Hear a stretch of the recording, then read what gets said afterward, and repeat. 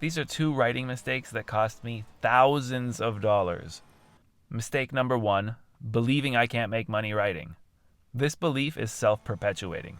We think we can't make money, so we act like we can't make money. We don't bother learning about business, and then we don't make any money. So far, I've made over $30,000 from my writing, and that number would be a lot higher if I hadn't wasted time believing people who don't know what they're talking about. Does the world need your writing? No, the world needs electricians and plumbers. Oh well, we write because we can't not write. It's a disease.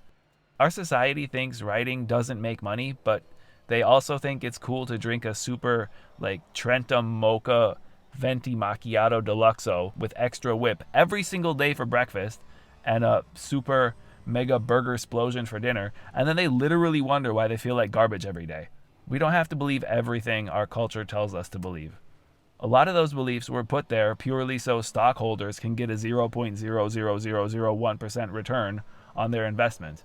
That's why most food at the grocery store is packaged garbage, because, broccoli has a lower ROI than ice cream. Mistake number two, believing the lies of old school writers. I thought I had to be like F. Scott Fitzgerald, working on my manuscripts in private, never publishing anything until it was perfect. I thought I had to write as slowly as possible, rewrite each sentence 900 times, edit 12 times, and then look for a gatekeeper, meaning a publisher, to tell me whether my writing was good enough to show to an audience. I believed the lie that says quality beats quantity, so I produced what I thought was quality, but since I never released any of my work, nobody had a chance to read it. And the quality work that I did release took so long that I burned out hard. So those are a couple lies that I believed for 10 years. Now here are some truths. Number one, external validation is important. I've said before that internal validation is better, and it is, but external validation is also important, and the people who tell you otherwise are lying to themselves. It's important because, honestly, who cares how much I like my own writing? My ego tells me that everything I write is the greatest work ever produced, but if nobody reads it, then my opinion doesn't matter. You know what I mean? It matters and it doesn't matter. It's good to believe in what you're doing, but external validation means you're connecting with other people. And if you want to be a professional writer, you must connect with other people. Starving artists lock themselves in their office and produce masterpieces nobody will ever see, and then they wonder why people aren't enthralled with their perfect art. Truth number two, consistency is 80% of the battle. Consistency doesn't mean publishing every day. It means writing as often as possible, preferably at least 100 words per day, and then publishing maybe 2 or 3 times per week. If you can't be consistent, you're a hobbyist and not a professional. There's nothing wrong with being a hobbyist, but a lot of hobbyists are giving writing advice, and frankly, truth number 3, hobbyists give terrible advice. They tell you stuff like, slow down, write your joy, you're good enough just like you are. Either that, or they'll tell you to join a writer's workshop where your work will get critiqued by a bunch of people who tell you all the ways your text doesn't fit the established rules of creative writing. You used an adverb, and adverbs are naughty and unclean. You used a dash, it should have been a semicolon. Your story has white room syndrome, so go back and insert descriptions of the smell of the leather sofa and the howl of the wind in the trees. Could you imagine less relevant advice? Hobbyists want you to write literary fiction. There are 6 writers in the entire world who make decent money from literary fiction. You're not going to be one of them. Litfic is dead. Let it die. Truth number 4, publishers kill writers. Want to get published? Here's the process. Write a manuscript, edit it 9,000 times, research every publisher who has worked with authors that write something similar to your book. Publishers Marketplace has a membership service where you can see all the recent deals made between writers and publishers. Print copies of your manuscript, then mail those copies to your list of relevant publishers. Oh wait, first you have to spend 10 hours learning how to write a query letter.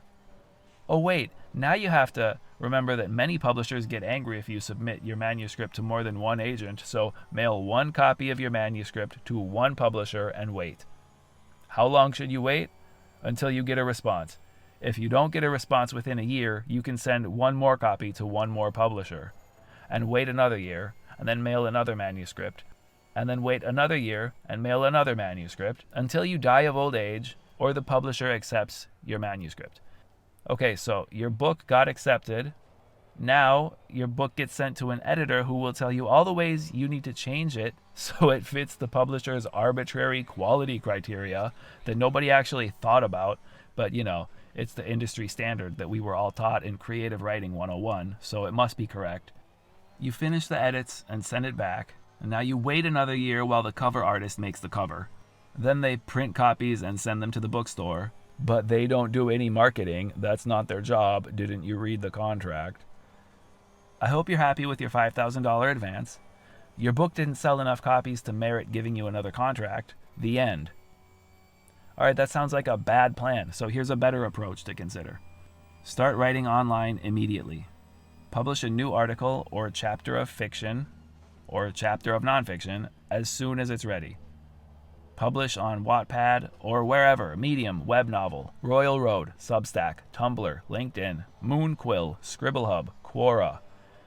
Write about different topics. Learn what people respond to the most. Do they like your fiction, your poetry, your how-tos? Don't ignore your stats. Hobbyists ignore stats, professionals don't. If people are responding to something, do more of it. Continue writing your passion projects as well. Ignore people who cry like babies about the tyranny of the marketplace. They're hobbyists and they don't have the discipline to compete, so they try to make you feel guilty. That's their strategic advantage. If you write on Medium, most of the comments will be nice. If you write anywhere else, you're probably going to get mean comments. So take screenshots of them and post them onto Medium articles. Blur out the names, I guess. Oh, by the way, you can make money from mean comments if you do this. Pro tip. Learn your credibility indicators. So just add up your total views on every platform where you publish. Learn your numbers. Update it every few months. Your favorite author plasters New York Times bestseller on all their books. If it's good enough for them, it's good enough for you. Okay, so those were 2 writing mistakes that cost me thousands of dollars. If this was helpful for you, please share it with your writer friends. Give it a like, give it some internet points. There are free resources down in the description. See you later.